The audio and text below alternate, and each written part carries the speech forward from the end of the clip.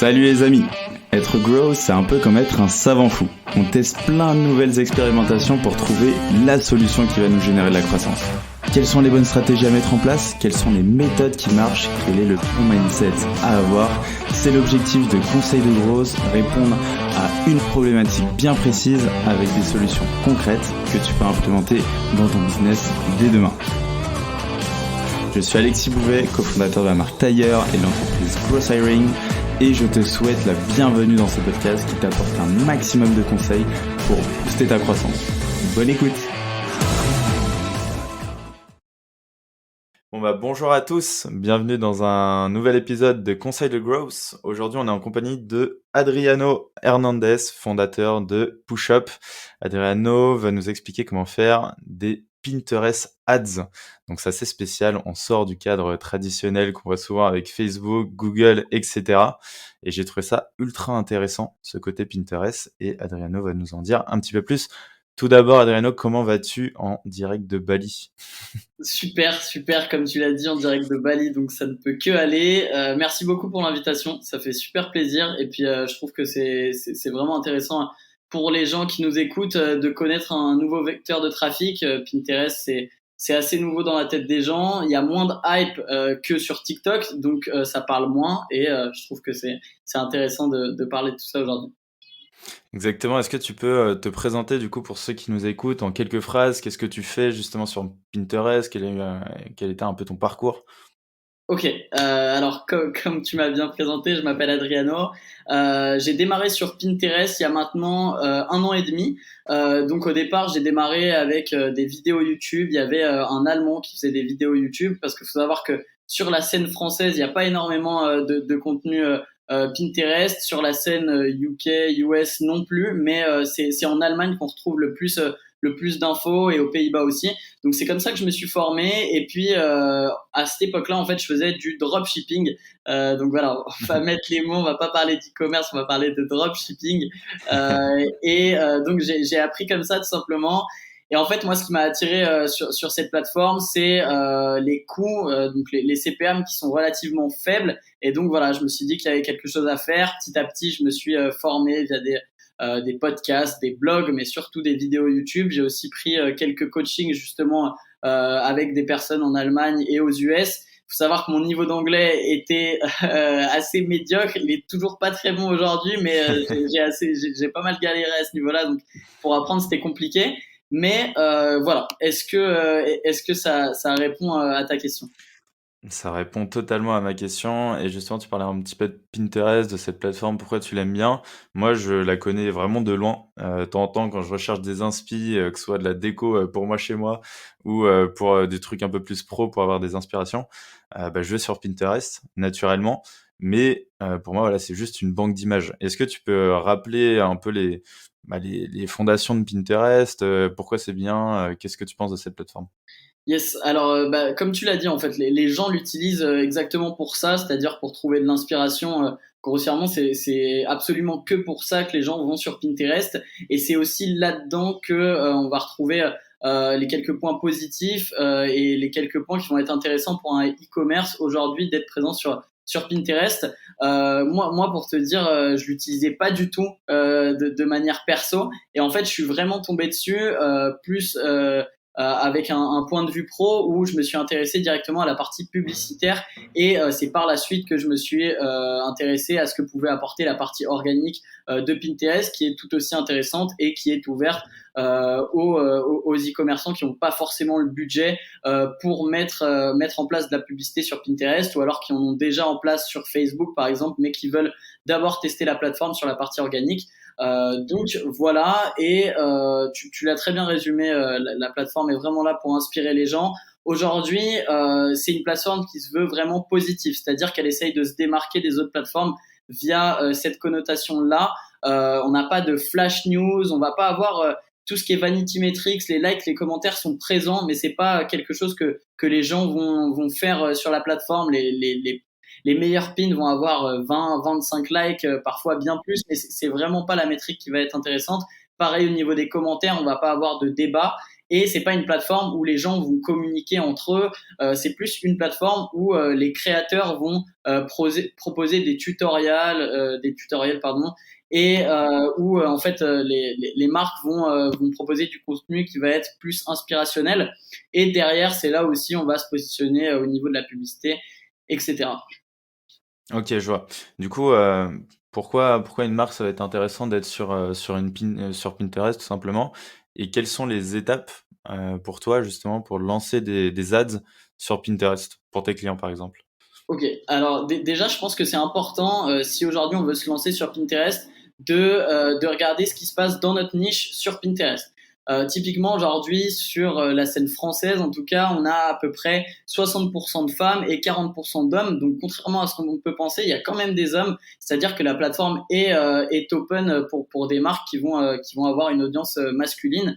Notamment, il y a beaucoup de marques textiles qui font du textile pour hommes et pour femmes. Et pour ce type de marque, ça peut être hyper intéressant. Donc ça, c'est un point important quand même à regarder avant de se lancer sur la plateforme.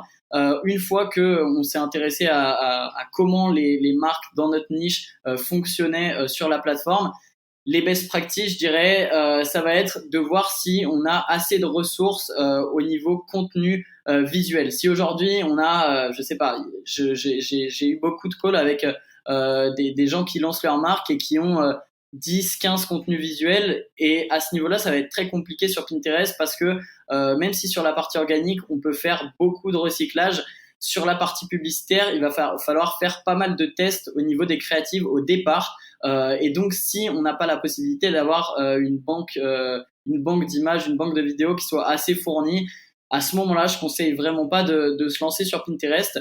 Maintenant, si les voyants sont au vert à ce niveau-là, derrière, ça va plus être appréhender la plateforme, comprendre quels sont les codes de la plateforme sur la partie organique et la partie publicitaire. Et derrière, c'est vraiment le feu vert. On peut se lancer sur la plateforme.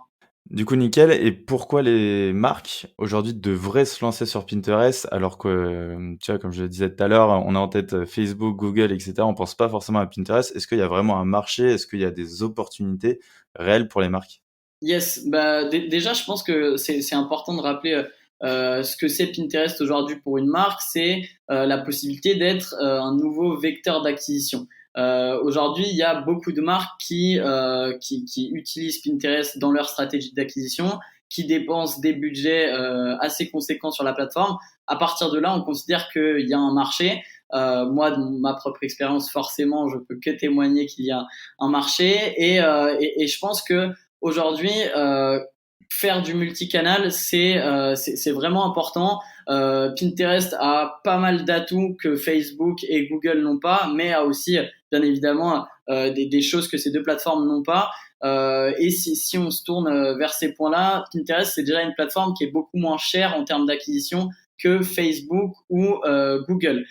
La, le pourquoi de tout ça, c'est que sur Pinterest, il y a en moyenne sur le marché français 3 fois moins d'utilisateurs, mais il y a aussi 8 fois moins d'annonceurs. Donc la balance n'est pas la même, et donc on a des coûts publicitaires qui vont être bien moins chers. On a des CPM, pour donner des chiffres, Ouais.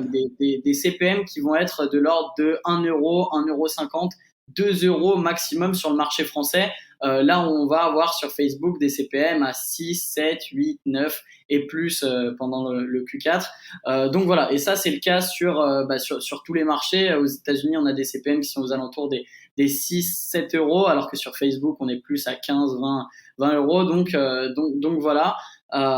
Est-ce que j'ai répondu à ta question? Yes, c'est nickel. Et tu parlais de budget investi en ads sur Pinterest. Quel est le budget minimum? Quel est le budget moyen? Comment on pourrait se situer? Je dirais que aujourd'hui, le top, ce serait d'arriver avec son panier moyen sur la plateforme,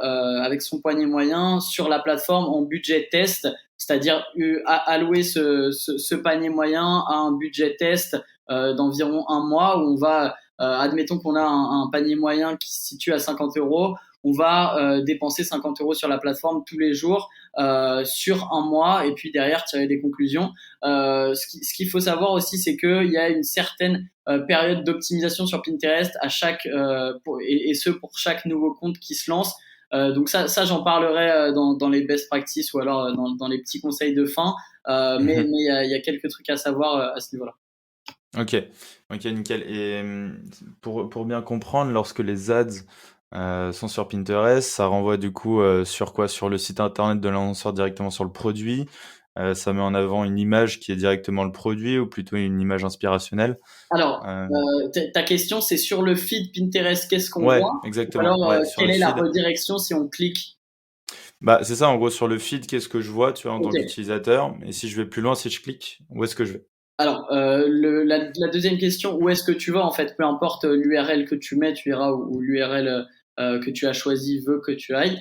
Mhm. Au niveau du feed, en fait, on va avoir quelque chose de complètement visuel, c'est-à-dire qu'on va pas voir de texte, on va seulement voir des pins. C'est comme ça qu'on appelle le contenu qui est créé sur Pinterest. Et on va avoir une série de pins sur son feed. Donc, on va scroller et on va voir uniquement des images, des vidéos. Et c'est aussi pour ça, comme je le disais tout à l'heure, qu'il faut avoir une banque d'images et de vidéos qui soient intéressantes. Parce que si aujourd'hui on a des créatifs qui sont pas de bonne qualité sur Pinterest, c'est vraiment compliqué de se faire une place. Je pourrais en parler aussi après au niveau des best practices sur ce qu'il faut en termes de visuel. Mais voilà. Yes, bah, tu as tout à fait raison. Si tu veux, on peut passer justement à ces best practices. Quels sont, selon toi, bah, les petits hacks, les bonnes choses à faire, les méthodes à utiliser sur Pinterest pour que ça marche?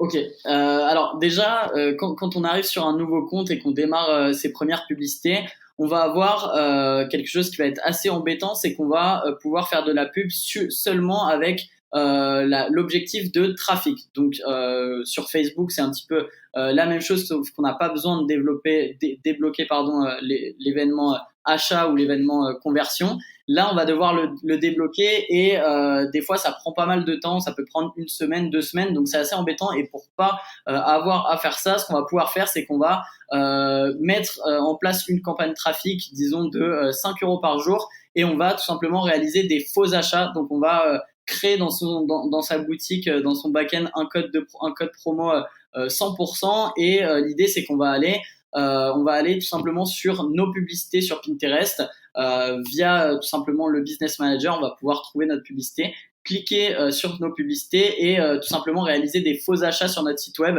On va en faire 4-5 et en 1 ou 2 jours maximum, l'événement est débloqué. Donc ça nous permet déjà de pas cramer du budget là où on fera pas de vente tout simplement. Et puis c'est un petit hack qui n'est pas du tout interdit entre guillemets. Donc c'est Mhm. à prendre. Donc voilà. Qu'est-ce que je peux vous dire aussi? Donc sur la partie créative maintenant, ce qui est hyper intéressant comme sur toutes les plateformes et ce qui est, je dirais même obligatoire, c'est d'avoir des créatives où on va avoir un hook. Donc on va avoir quelque chose qui va nous permettre d'être intrigué, qui va permettre à l'utilisateur d'être intrigué très rapidement par notre vidéo. Donc là, je vais uniquement parler de vidéo. Je passerai tout à l'heure sur le format statique. Mais sur une vidéo, aujourd'hui, avoir un hook sur Pinterest, c'est hyper important parce que, comme je vous ai dit, bah, on a un feed qui est rempli de visuels. On va pas avoir de texte. Et donc, se démarquer, c'est obligatoire. Et le hook, c'est la meilleure manière de se démarquer. Et c'est pas parce que Pinterest, c'est une plateforme inspirationnelle, enfin, j'ai eu du mal, on va devoir uniquement avoir des créatifs qui vont être belles à voir. On va aussi devoir avoir des créatifs qui vont stopper notre œil et qui vont nous permettre de cliquer tout simplement. Donc voilà. Et si je peux vous donner une troisième best practice, à partir du moment où vous allez commencer à avoir des budgets qui vont être assez conséquents, et vous allez avoir l'habitude sur Facebook par exemple de laisser un maximum l'algorithme faire. Sur Pinterest, il va falloir être un petit peu plus technique. J'aime bien dire que Facebook aujourd'hui c'est une plateforme où on va donner les clés à Facebook via les créatifs qu'on a, etc. Même s'il y a du media buying à faire, etc. Mais sur Pinterest, ça va être plus une plateforme de techniciens où on va devoir un peu plus paramétrer nos campagnes, un peu plus toucher à l'intérieur de nos campagnes. Et très rapidement, à partir du moment où on augmente nos budgets, je vais vous conseiller d'utiliser des coûts par achat manuels. Donc des coûts par achat manuels, ça va être quoi? Ça va être le fait de sélectionner le petit bouton personnalisé à l'endroit où en fait on va avoir les enchères. On va nous demander de sélectionner un bouton. Ça va être soit les enchères automatiques, soit les enchères personnalisées. Et l'objectif, ça va être de sélectionner les enchères personnalisées et de se focaliser sur le coût par achat qu'on a eu jusqu'à maintenant. Donc là, je rentre sur des termes un petit peu plus techniques, mais pour ceux qui ont déjà fait des publicités sur Pinterest ou alors qui prévoient de mettre des gros budgets, c'est important de le dire. L'idée va être vraiment de sélectionner des coûts par achat personnalisés par rapport aux coûts par achat que vous avez déjà eu via vos campagnes en automatique. Je vais pas en parler trop longtemps parce que sinon je vais en perdre quelques-uns. Voilà. Génial, trop cool. Bon, c'est top, tu nous as filé plein de best practices et plein de nouvelles méthodes pour Pinterest. C'est drôle, moi je connaissais pas du tout cette plateforme, mais en tout cas sur la partie ads, c'est trop cool et je pense qu'il y en a pas mal qui vont la découvrir également. Toi, tu es disponible sur LinkedIn, Yes. tu es assez présent. Est-ce qu'on peut te contacter du coup sur cette plateforme Ouais. pour en parler? Ouais, complètement, avec grand plaisir. Si je sais qu'il y a pas mal de personnes qui l'utilisent à titre perso et qui ont une activité où voilà, soit ils voudraient suggérer d'utiliser cette plateforme, soit ils voudraient l'utiliser si c'est leur propre activité. C'est avec grand plaisir que je répondrai à vos questions sur LinkedIn. Exact. Et avant de nous quitter, est-ce que tu as un dernier petit conseil d'amis du coup pour ceux qui nous écoutent? Ouais, yes. Alors mon conseil d'amis, ça va être de si aujourd'hui vous avez vous êtes responsable e-commerce ou alors responsable marketing ou que vous avez une boîte qui tourne à l'heure actuelle sur Facebook Ads, Google Ads et que votre niche correspond aux niches qui sont présentes sur Pinterest, donc tout ce qui est cosmétique, fashion, décoration, bijoux, mon conseil, ça va vraiment être de tester Pinterest, même d'allouer, je sais pas, 10% de votre budget, parce qu'il y a vraiment des super choses à faire sur cette plateforme. Il y a des coûts publicitaires qui sont réellement bas et pour préparer le Q4, je pense que se dire que voilà, pendant le Q4, on a une plateforme sur laquelle on sait qu'on va pouvoir faire de l'acquisition pour des coûts qui vont être plus faibles que sur Facebook ou Google, c'est toujours un plus. Voilà, je pense que c'est le meilleur conseil que je peux vous donner aujourd'hui. Et voilà. Génial, merci à toi. Go tester Pinterest, effectivement, on peut pas savoir si ça marche si on ne teste pas. En tout cas, merci Adriano, c'était un plaisir de t'avoir là. J'espère te retrouver bientôt peut-être à Bali, qui sait, Yes. pour te rendre visite. Et puis sinon, je te dis à très vite et prends soin de toi. Yes, merci beaucoup pour l'invitation en tout cas, et puis prends soin de toi aussi, à très bientôt. Avec plaisir. Salut, ciao. J'espère que cet épisode t'a apporté de la valeur. Si tu veux me motiver et me soutenir pour faire encore plus de contenu, tu peux mettre 5 étoiles sur Apple Podcast et me confier tes problématiques en commentaire. Tu peux aussi le partager autour de toi si tu penses qu'il peut aider. On se retrouve la semaine prochaine pour un nouvel épisode. En attendant, prends soin de toi.